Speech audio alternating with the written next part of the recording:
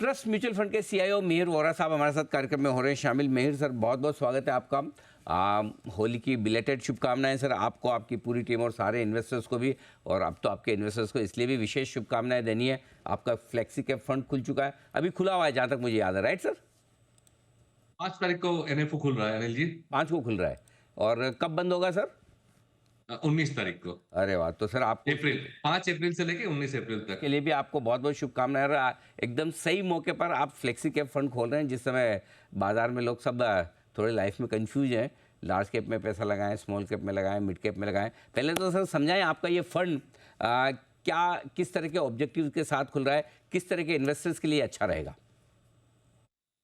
पहले तो thank you for having me on the show, नमस्कार and wish you also belated happy happy Holi. Ji.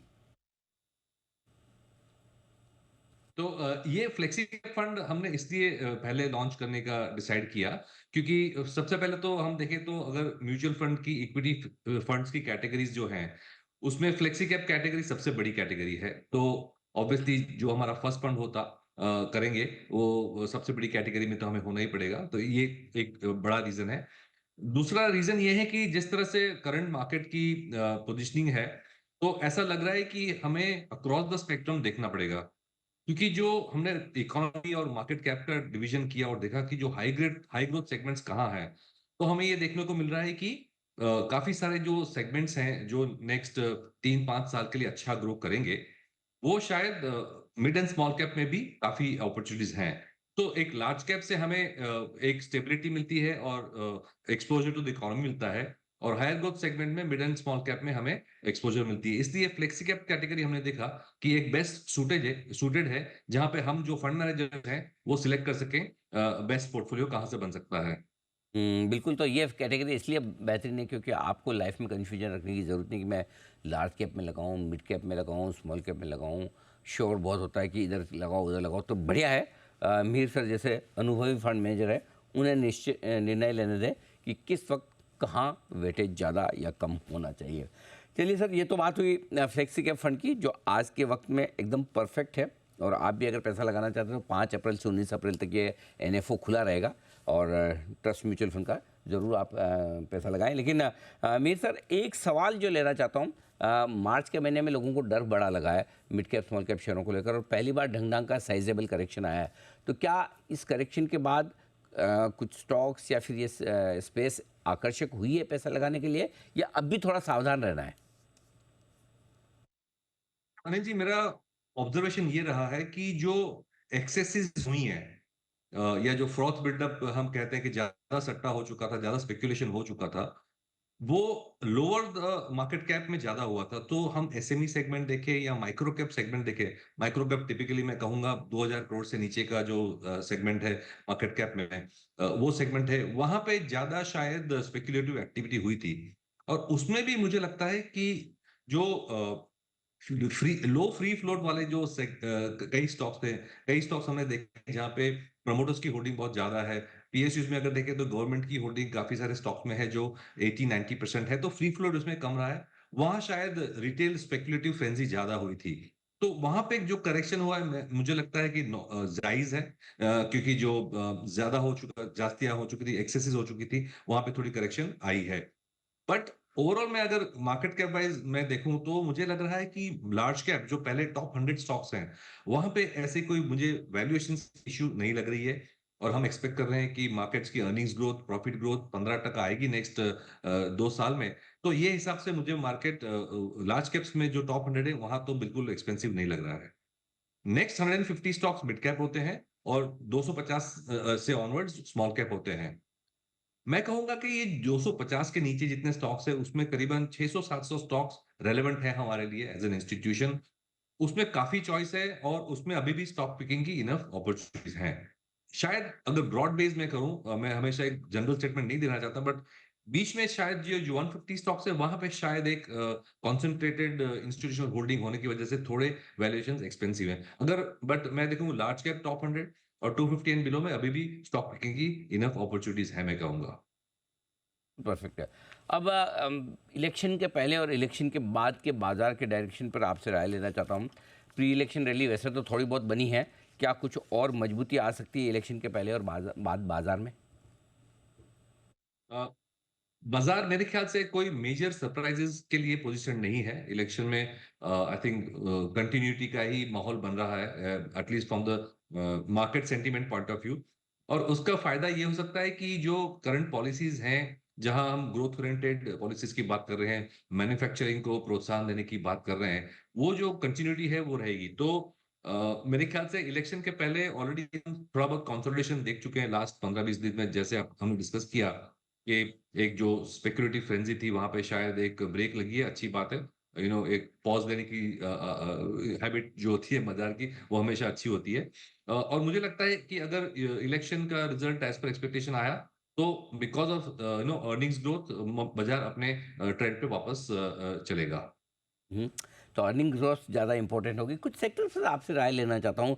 Defence एक sector ऐसा है जो लाइमलाइट में रहा है, अच्छा रिटर्न कई सारे स्टॉक्स में और इस सेक्टर में पूरा बना भी है।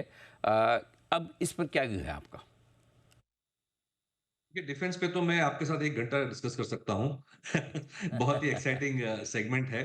लेकिन अगर मैं 2 लाइन में अगर कहूँ, तो जिस तरह से हमने एक्सपोर्ट्स और डोमेस्टिक मैन्युफैक्चरिंग को प्रोत्साहन दिया है, उसकी वजह से एनीवे 2029 तक ऑलमोस्ट 3x हमने टारगेट लिए हुए हैं लोकल मैन्युफैक्चरिंग के। तो ये एक बड़ा क्लियर विजिबल है नेक्स्ट 5-7 साल के लिए कि गवर्नमेंट कह रही है प्राइवेट सेक्टर को, पब्लिक सेक्टर को, कि आप लोकली बनाएं, और more and more components we will ban for import. तो फोर्सिबली पीएसयू और प्राइवेट सेक्टर डिफेंस कंपनीज को ये बनाने पड़ेंगे। नेक्स्ट 4-5 साल का ग्रोथ रेट तो ऑलरेडी हमें दिख रहा है बिकॉज ऑफ दिस। दूसरी बात यह है कि बिकॉज हमने देखा है कि जब भी कोई इंडस्ट्री ओपन अप होती है और प्राइवेट सेक्टर पार्टिसिपेट करता है, और डिफेंस में पहली बार कर रहा है, इतने सालों से अलाउड नहीं था, तो एक इकोसिस्टम बन जाती है सप्लायर्स की, एफिशिएंसी की, मैन्युफैक्चरिंग की।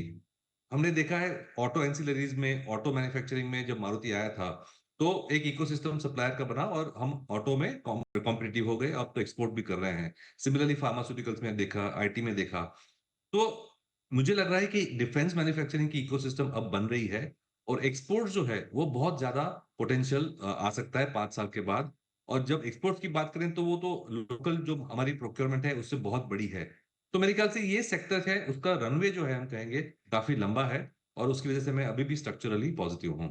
चलिए बहुत बढ़िया। अभी तक तो सिर्फ डोमेस्टिक स्टोरी थी, अब एक्सपोर्ट की स्टोरी भी डिफेंस में बनने की तैयारी में, और यहाँ पर आप रहे हैं बुलिश। या रियल एस्टेट एक और सेक्टर है जिस पर आपसे राय लेना चाहता हूँ, क्योंकि हर महीने हम देख रहे हैं रिकॉर्ड घरों की बिक्री हो रही, रजिस्ट्रेशन हो रहे हैं, स्पेशली मुंबई वगैरह जैसे बड़े शहरों में। बताएं सर, क्या व्यू है आपका? मेरा व्यू बहुत क्लियर है कि एक जो हम लॉन्ग टर्म थीम खेल रहे हैं इंडिया के लिए, वो फिजिकल एसेट क्रिएशन है। और फिजिकल एसेट में मैन्युफैक्चरिंग कैपेसिटी भी आ जाती है, इंफ्रास्ट्रक्चर भी आ जाता है, और रियल एस्टेट भी आ जाता है। In fact real estate is as important as the other two. मुझे लग रहा है कि हमने ऑलमोस्ट 7-8 साल एक फ्लैट मार्केट देखा था, स्लगिश मार्केट देखा है, और पिछले 2 साल से हमने पिकअप देखा है। तो ये मैं कहूंगा बिगिनिंग ऑफ द साइकिल है।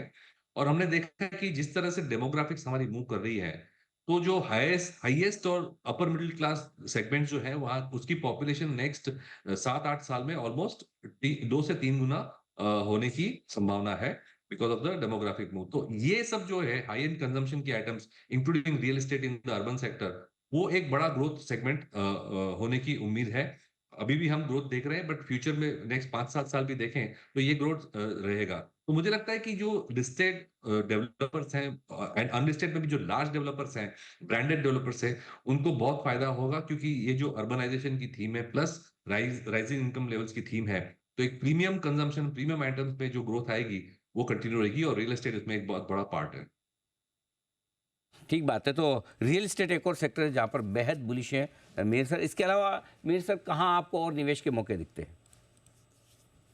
सो मैं कहूंगा एक हमारे लिए ब्रॉडली 3 थीम्स हैं। एक तो फिजिकल एसेट क्रिएशन की बात की हमने, जिसमें इंफ्रा, मैन्युफैक्चरिंग और रियल एस्टेट आ जाता है। दूसरा है कंजम्पशन, और उसमें भी हाई एंड कंजम्पशन, जिसमें मैं रियल एस्टेट की जो बात करी हमने, और उसमें high and cars, travel tourism, hotel, bikes high and में, वो सारा रिटेलिंग वगैरह आ जाता है। And with in that again demographics का मैं देखूं, तो एक फिनेंशियलाइजेशन ऑफ सेविंग्स भी बहुत इंपॉर्टेंट है। तो बैंकिंग तो उसमें आ ही जाता है, but all the other ancillary sectors like insurance है, एसेट मैनेजमेंट है, वेल्थ मैनेजमेंट है, ब्रोकिंग हाउसेज है, कैपिटल मार्केटिंग से जो फाइनेंशियलाइज ऑफ सेविंग्स जो एक्सीलरेट होगी, उससे ये सब सेगमेंट में भी काफी फायदा हो सकता है बैंकिंग के अलावा। और तीसरा मैं कहूंगा जो डिजिटाइजेशन और टेक्नोलॉजिकल डिस्ट्रप्शन वाली कंपनीज है, जहां पे B2C मॉडल्स हैं, जहां पे नेटवर्क इफेक्ट्स हैं, जो टेक्नोलॉजी को यूज के करके बिजनेस बना रही है और एग्जिस्टिंग बिजनेस मॉडल्स को डिस्टर्ब कर रही हैं। हमने 4-5 बड़े लिस्टिंग्स देखे लास्ट 3 साल में, और मुझे लगता है ये जो डिस्टर्ब कंपनीज हैं, उनमें से भी और कंपनीज ज्यादा लिस्ट होंगी सेगमेंट में, और उसमें अपॉर्चुनिटीज अच्छी आती रहेंगी, तो इसकी जरूर स्टडी करना चाहिए। ओके, बिल्कुल ठीक बात है। बहुत बहुत धन्यवाद मेहर सर आपका समय देने के लिए और बाजार पर और सारे सेक्टर्स पर अपनी राय विस्तार से हमारे दर्शकों को बताने के लिए। Thank you so much sir, बहुत बहुत धन्यवाद। थैंक यू, धन्यवाद।